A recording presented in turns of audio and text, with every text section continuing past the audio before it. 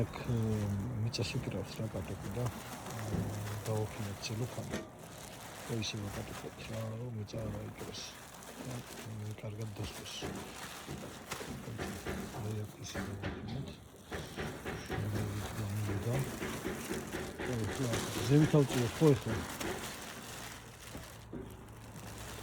ცოტა მშრალია დავიწყო. აი ახლა გადმოვიდეთ აქ ცელოფანი და დავიწყოთ აქ. Ույცა.